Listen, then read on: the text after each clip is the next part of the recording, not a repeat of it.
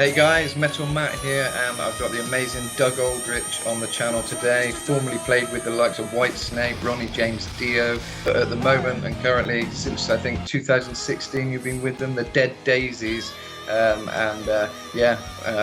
to the channel. Thanks for coming on. I appreciate it. Thanks, Matt. Appreciate it, bro. I'm happy to be here, and I appreciate what you're doing, keeping metal alive. We need it, right?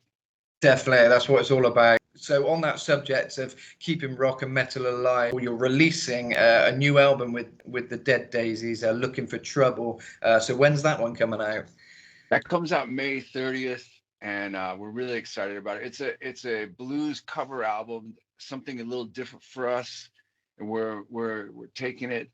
We took a bunch of classic blues songs and rocked them up a little bit, and put our own spin on them, and it's fun. It's a fun thing. We just knocked it out really quick. It was pretty much recorded live, so it's got that live feel to it, which is nice.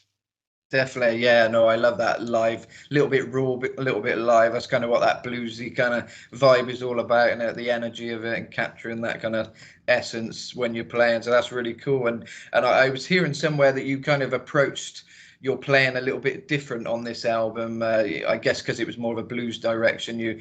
Did you have to adapt your playing a little, or you tried some new things? So basically, this album was just not even planned. It was we got into.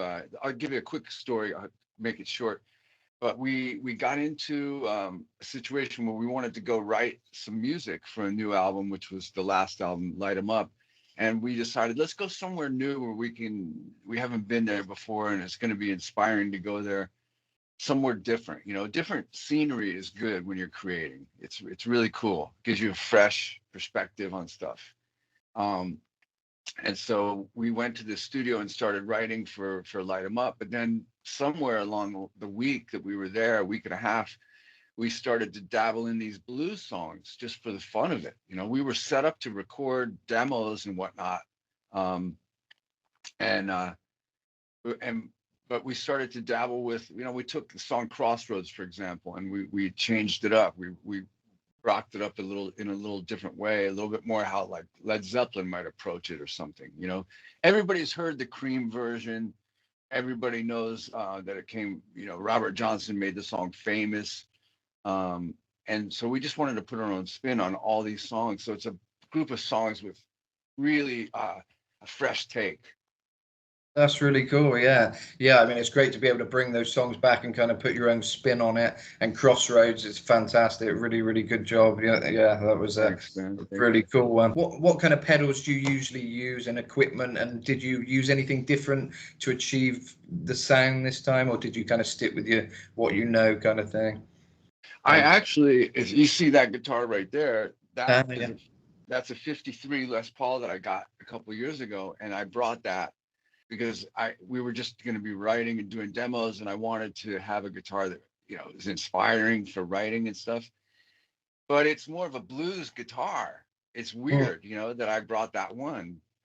It's not as metal as some of the other Les Pauls that I have, and so that sound was pretty much perfect for that. I mean, they had some small amps at the studio, which I used a little bit more of a tighter sound, and to answer your previous question again too, because you asked me about changing my style, I didn't really know what we were going to do.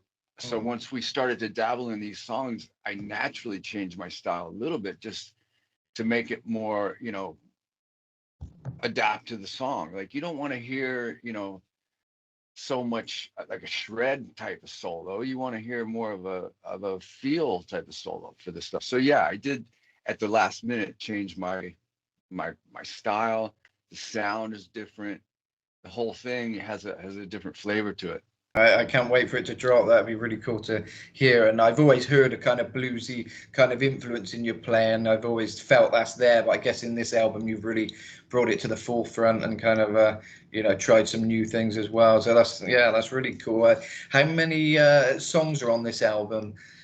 There's 10. We started off with like we talked about Crossroads, and we started to dabble around with Going Down, the Freddie King song, and then I forget what the order was. We got Born Under a Bad Sign going, and a few others. And we decided, you know what, this is really cool. We don't know what it's going to be, but let's just get, let's get 10 songs down. So we ended up with at the last day, we actually had 10 songs, but we took one. We went so far with some of these songs that we had basically a brand new bed of music that was original for us. So we decided that there was this one that turned out really cool. We ended up writing our own song called Take My Soul. It's the last song on the last album. And so we only had 9 songs. So then Karabi goes, well, let's just do a Sweet Home Chicago real quick. We knocked that out in like 15 minutes. Oh, wow. So we had 10 songs in there. And yeah, so there's a few songs people can check out online. There's Crossroads, and there's Boom Boom. And maybe I'm Ready is on there as well. I'm not sure if that's out again, Right. but definitely Crossroads and Boom Boom are out right now. You can check them out. Awesome, yeah, lots to check out then. And were the whole band kind of on board with this idea? Is everyone kind of into that bluesy kind of stuff, or did some of them have to, adapt a bit and kind of, get used to something new? Was it a kind of mutual decision, or was it Well, kind no, I mean, I'll tell you what, the one that I had to sweat the hardest because, like that's a whole different situation. And of course I am blues based and I love, those songs. I love those musicians, but my influences are the next generation from those guys like Jimmy of? Page, Hendrix, and Jeff Beck, and all those guys. And then later, the heavy rock guys came out like Van Halen and Randy Rhoads and Tony Iommi. Well, Iommi was probably he was like one of the first guys. But those guys are all blues influenced, So I just had to tone it down a bit. But like you mentioned, the other guys, Michael Devin, he played with Kenny Wayne Shepherd, and he's just got a huge knowledge of blues music. In fact, I think he might have been the one that came up with the title.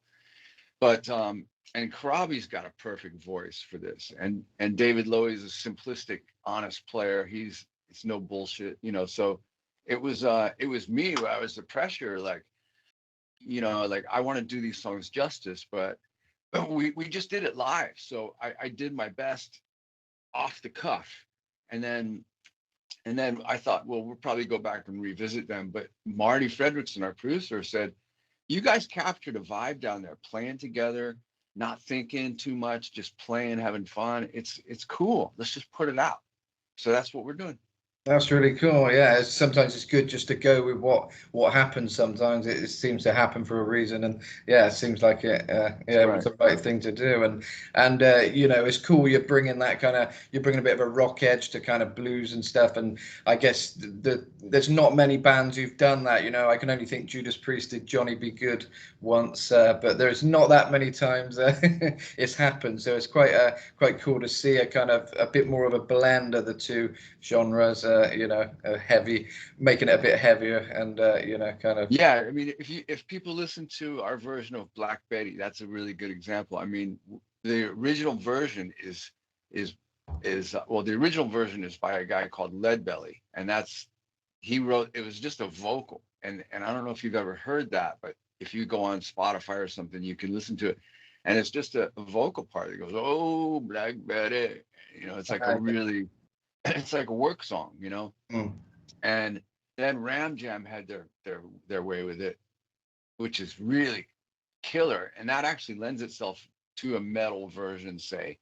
But we wanted to get it more. We wanted to rock up the thing, but we wanted to take it from the original version and go from there. And what we ended up with was like a little bit more of a, it's like a ZZ Top version or something. It's like, it's got this Texas kind of thing to it. Or somebody else mentioned another influence that it sounded like. But the bottom line is we took it really into a new direction, and it's like a good mesh of the Dead Daisies and the original version. Well, that's really cool. I think there's going to be a lot of fans anticipating this. It sounds like it's going to be really cool.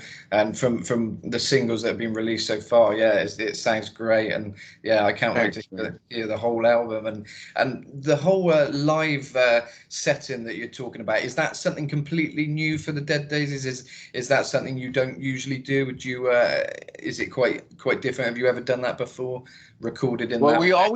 we always record live together. That's one thing that I love about the Dead Daisies is we actually have the ability to, we have the means to go into a studio together and write together and record together, and that's been a thing that we've always done. But what we usually would do would be we'd go in and we'd record the basic tracks, and then we'd kind of go back and listen, and we'd fix, parts or develop parts.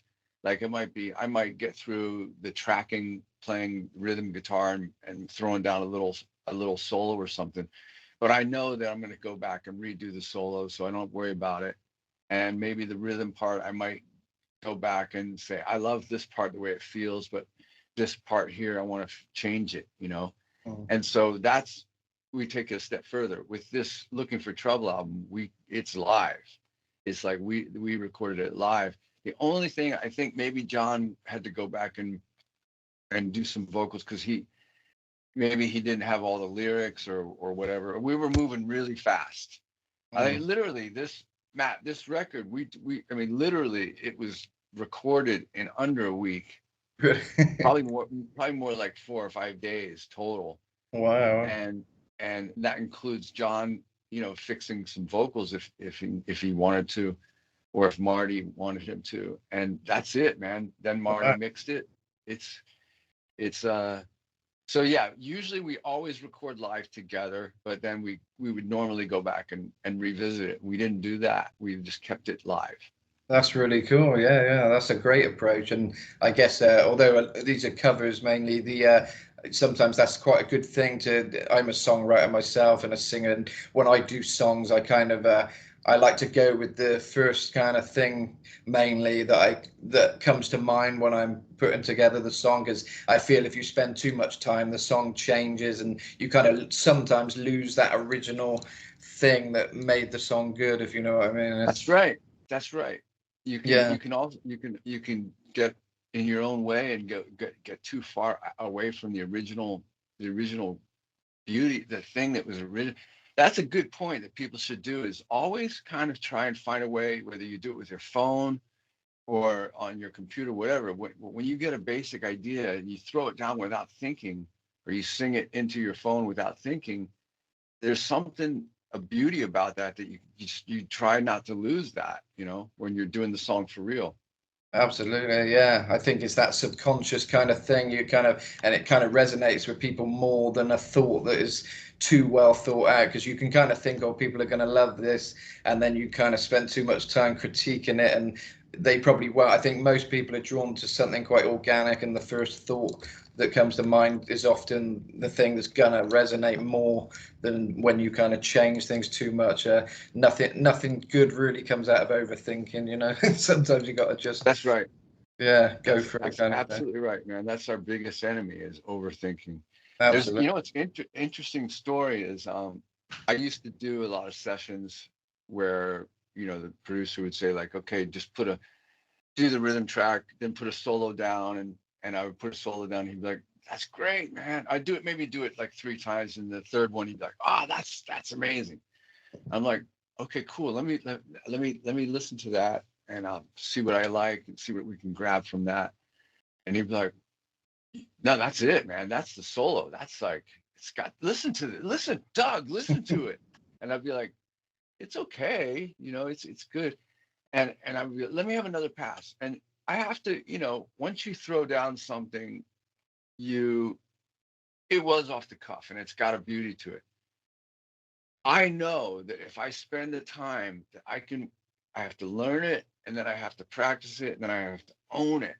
And eventually I can forget and play it with all those aspects, and it'll sound fresh again. But it takes a minute. Yeah, And the producer he was like, "No, everything you're playing sounds contrived. It sounds like you're trying."